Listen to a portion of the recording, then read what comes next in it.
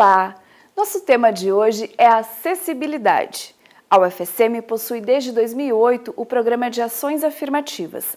Através dele, a instituição já recebeu mais de 300 estudantes com deficiência e aproximadamente metade deles ainda está cursando a graduação. Nós estamos em plena Semana Nacional de Acessibilidade.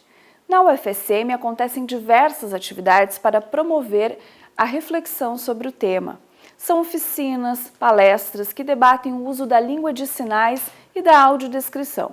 Todas essas ações têm o objetivo de desconstruir mitos em torno da deficiência visual e da leitura inclusiva. No programa de hoje, nós vamos falar então sobre inclusão e eu recebo aqui no estúdio a pesquisadora de índios, surdos e línguas de sinais, Shirley Villalva. Tudo bem, Shirley? Bem-vinda ao nosso programa. É um prazer. Prazer é nosso. TV Campus Entrevista hoje recebendo, portanto, uma pesquisadora nessa área tão importante que reflete, enfim, questões da cultura surda, não é? Bom, Shirley, eu gostaria de começar perguntando o seguinte. Nós temos aí desde 2002 a língua brasileira de sinais oficialmente reconhecida no nosso país, né? Somos um país bilíngue, portanto. Mas esse país bilíngue já está preparado para trabalhar com a língua de sinais nas escolas? Como é que está essa realidade no Brasil hoje? Você, como pesquisadora que trabalha no Mato Grosso e que também integra aí a CAS do MEC, né, pode contar um pouquinho para a gente também dessa experiência, né, que iniciativas estão sendo tomadas? Como é que está essa realidade hoje no país? Bom, atualmente, primeiramente é um prazer estar aqui na Universidade Federal de Santa Maria, eu estou muito feliz porque eu estou percebendo que há muita divulgação, né, do trabalho que está sendo feito aqui e isso é muito importante. Então, complementando isso, já há 14 anos a língua de sinais brasileira, a língua brasileira de sinais, já rapidamente já foi primeiramente criado o CAS, para apoiar a língua de sinais, para divulgar, para formação de instrutores, de professores, para formar intérpretes, para formar professores de português como segunda língua. Também para criar a criação do CAS, eu acredito que é um trabalho que está já há 14 anos sendo desenvolvido e também apoia a abertura de espaços, esses espaços, né, na universidade, que são espaços muito importantes. E atualmente as pesquisas estão vinculadas à escola. Então, escolas brasileiras, a CAS no Brasil inteiro está articulando com as escolas a abertura e também a funcionalidade do intérprete nessas escolas. Porque para completar, né, esse processo ainda falta bastante, né? As universidades, a abertura, né, das universidades em relação a concursos, a língua de sinais, a formação de intérpretes, a formação de professores de português como segunda língua. Se continuar só o professor, é importante que se haja formação nesse sentido, né? Mas eu acredito que é possível sim esse processo. E acredito que está faltando um outro lado, que é o apoio da escola bilíngue para surdos. Então, a escola que tem que trabalhar a identidade, a cultura. A ONU até explica essa questão, né? A Convenção dos Direitos Humanos, né? Onde todos os deficientes têm liberdade para se comunicar. Eu sinto que no Brasil ainda falta um trabalho nesse sentido, a abertura de espaços bilíngues, em línguas visuais, né, utilizando línguas visuais como língua de sinais, e a realidade das aldeias indígenas também. Atualmente tem intérpretes nas escolas indígenas, e eu acho que é um resultado bem positivo, mas com certeza ainda falta um bom caminho. Mas eu acredito que a Universidade Federal de Santa Maria vai conseguir avançar nesse sentido e futuramente a televisão vai divulgar cada vez mais a Libras. Eu acredito nisso. Shirley, nós temos hoje uma realidade, por exemplo, da escola comum e da escola para surdos, né? Quantas escolas para surdos existem no país? Como é que está essa realidade hoje para ter esse espaço também para o surdo poder aprender um pouco mais da cultura?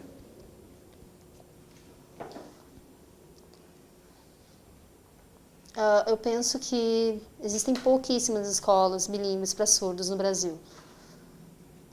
Existem algumas escolas que estão em processo de fechamento, mas eu acredito que é possível futuramente abrir novas escolas, porque na legislação existem escolas bilíngues para surdos e como um direito, né? Se é um direito, é necessário que se implemente isso, né? Então tem também o Plano Nacional de Educação, que atualmente é um passo muito importante também, porque pensa organizar, né, essas questões. Se só houver a inclusão nas escolas regulares, né, e coloquem os intérpretes, por exemplo, se só houver intérpretes, não é inclusão, me desculpa. A inclusão é o pertencimento, é se sentir feliz naquele ambiente, aceitando a língua de sinais, aceitando a comunicação, aceitando a língua de sinais como mediação. Não é só o intérprete, não é só a figura do intérprete que é importante, a inclusão não é só isso. E também tem outra questão das escolas de surdos bilíngues. Se o profissional que está atuando nessa escola não conhecer língua de sinais, por exemplo, um professor que não sabe língua de sinais, e o surdo também tem dificuldade. Então, falta organização das duas questões, tanto das escolas regulares quanto das escolas bilíngues para surdos. É importante também que a inclusão abranja as escolas de surdos, porque tem não só a deficiência, né, tem diversas deficiências, o surdo cego, cadeirante, deficientes intelectuais. Então, a inclusão é um assunto que deve ser muito aprofundado e é muito importante que a gente discuta, que a gente se prepare para essa inclusão. Então, aqui no Brasil é muito necessário a formação continuada. Eu luto muito para isso, pela necessidade de profissionais ouvintes e surdos, cegos, surdos cegos, todos os profissionais deficientes que possam ter formação e também profissionais que trabalhem nessa área. É importante a gente destacar também, né, quando a gente fala em inclusão, é um espaço que se prepara para receber o surdo, não é? São as pessoas que precisam se adaptar para receber, para que ele possa ser convidado a fazer parte dessa cultura, para se adaptar, para se sentir pertencente a este local, não é? Exatamente, concordo com isso, né, com o que você está falando. Porque no passado, o surdo, ou um deficiente auditivo, ou deficiente de outras questões, era falado na questão do normal, ele não é normal, e a pessoa que é normal. E depois, quando esse surdo ou esse deficiente vai para a escola, ele ia para a inclusão. Mas hoje, atualmente, né, a inclusão tem que estar muito mais preparada. Existe tecnologia, existem professores, né, profissionais que têm diversos conhecimentos. E todas as pessoas que estão trabalhando nessa área precisam ser diferentes divulgadores, formadores. Então, é importante que se organize. Não é eu, surda, que tenho que me consertar para atuar no ambiente, eu que tenho defeito. Não, eu não tenho defeito. A escola que precisa estar preparada para me receber, para eu estar ali e para eu me sentir bem naquele lugar. Então, por exemplo, quando tem prova em língua de sinais, em Libras. Então é muito importante, desde o começo, desde pequeno, né, que essa criança, até educação infantil até ensino médio, essa criança tem acesso. Porque, por exemplo, quando ela vai fazer vestibular, ela já está preparada. Atualmente, as escolas não têm provas em Libras, mas as universidades têm. As universidades possuem. Então, que desconexo isso, né?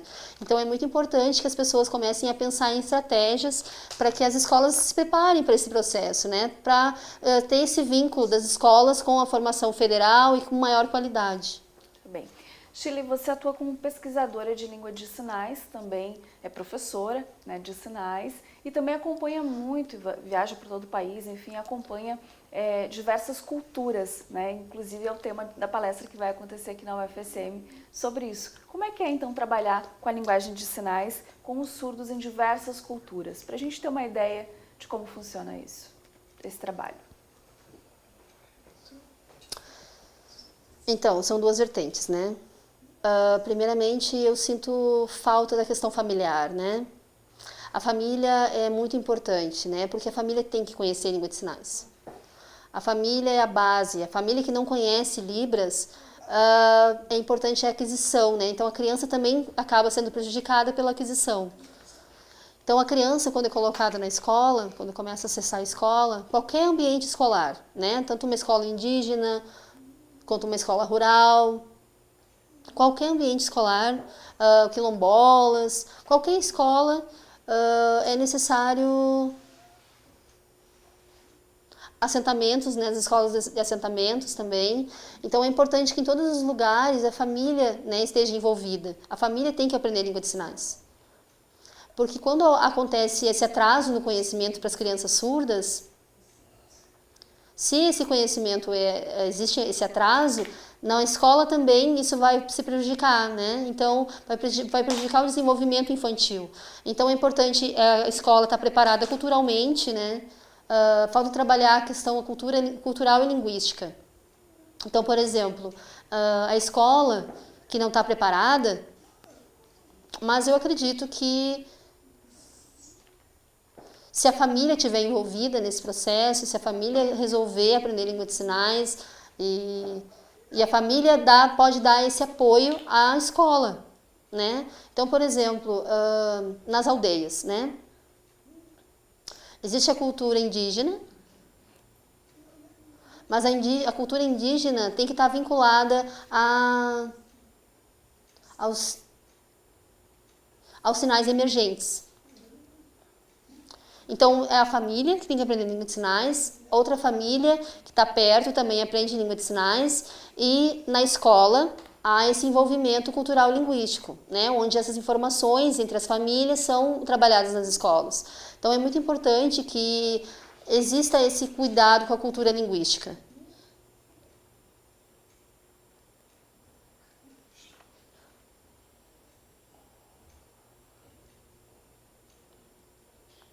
Ecolinguístico. É muito importante que haja esse ecolinguístico, porque, por exemplo, nas escolas, a aquisição, né, do desenvolvimento, na verdade, todas as línguas, né, trabalham nessa questão do desenvolvimento, né, porque a língua está envolvida com a cultura.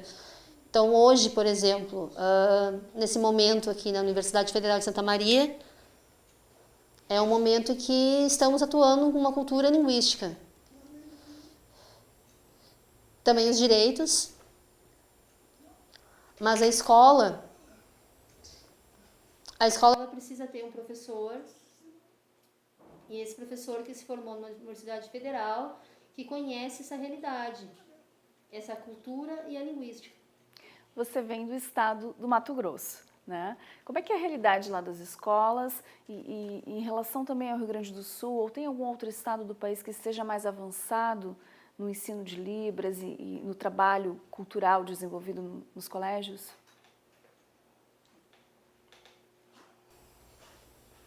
Então, aqui no Rio Grande do Sul, né, com certeza recebe estrelinha, né? Porque, na verdade, aqui foi o começo, né, da divulgação da comunicação total. Então, aqui no Sul, foi a partir do Sul que foi divulgado para o Brasil inteiro essa questão da língua de sinais. Então, o Rio Grande do Sul é muito forte nesse sentido, nessa questão da língua de sinais. Mas, ao mesmo tempo, aqui também tem as escolas de surdos bilíngues e também é uma questão muito forte no Rio Grande do Sul. As universidades também trabalham bastante essa questão da língua de sinais. Mas fora isso, as escolas, têm escolas regulares, né, que o intérprete atua. Por exemplo, lá no Mato Grosso, a maioria das escolas que tem surdos, também tem intérprete. Se não tem intérprete, ou o surdo não tiver conhecimento de língua de sinais, tem o instrutor mediador, que vai mediar essa comunicação, ou até mesmo o professor bilíngue, que vai atuar junto com as crianças, né, e desenvolver esse processo em língua de sinais. Na verdade, aqui no Rio Grande do Sul tem uma marca muito forte mesmo, e, por exemplo, a ideia de criar o Letras Libras na UFSC, né, na Universidade Federal de Santa Catarina, quem foi a pessoa que teve a ideia, né, desse trabalho foi a Ronice Quadros, né, a professora que também é gaúcha, né, veio de Porto Alegre, e a Mariane Stumpf, que também é professora da UFSC, que também é gaúcha. E então todo esse processo, né, da graduação em língua brasileira de sinais, letras libras, teve pessoas gaúchas, né? Então toda a questão do mestrado, doutorado, com surdos, começou aqui no Rio Grande do Sul, né? Porto Alegre, Santa Maria, outras cidades também no Rio Grande do Sul. E eu parabenizo, né, realmente, porque é um trabalho da Universidade Federal de Santa Maria também, pela formação educacional, a questão da educação especial aqui no UFSM é muito forte também, então eu parabenizo muito por o trabalho de vocês. Bom, Shirley, obrigada então pela participação aqui no TV Campus. A gente fica muito contente então pelos trabalhos que vêm sendo desenvolvidos aqui pela universidade, também por essa troca cultural, por essas pesquisas que estão sendo apresentadas aqui e que servem de referência também e contribuem para a língua de sinais. Obrigada então. E o TV Campus vai ficando por aqui. Você acompanha a nossa programação pelo www.ufsm.br/tvcampus e também no canal 15 da NET. Até mais!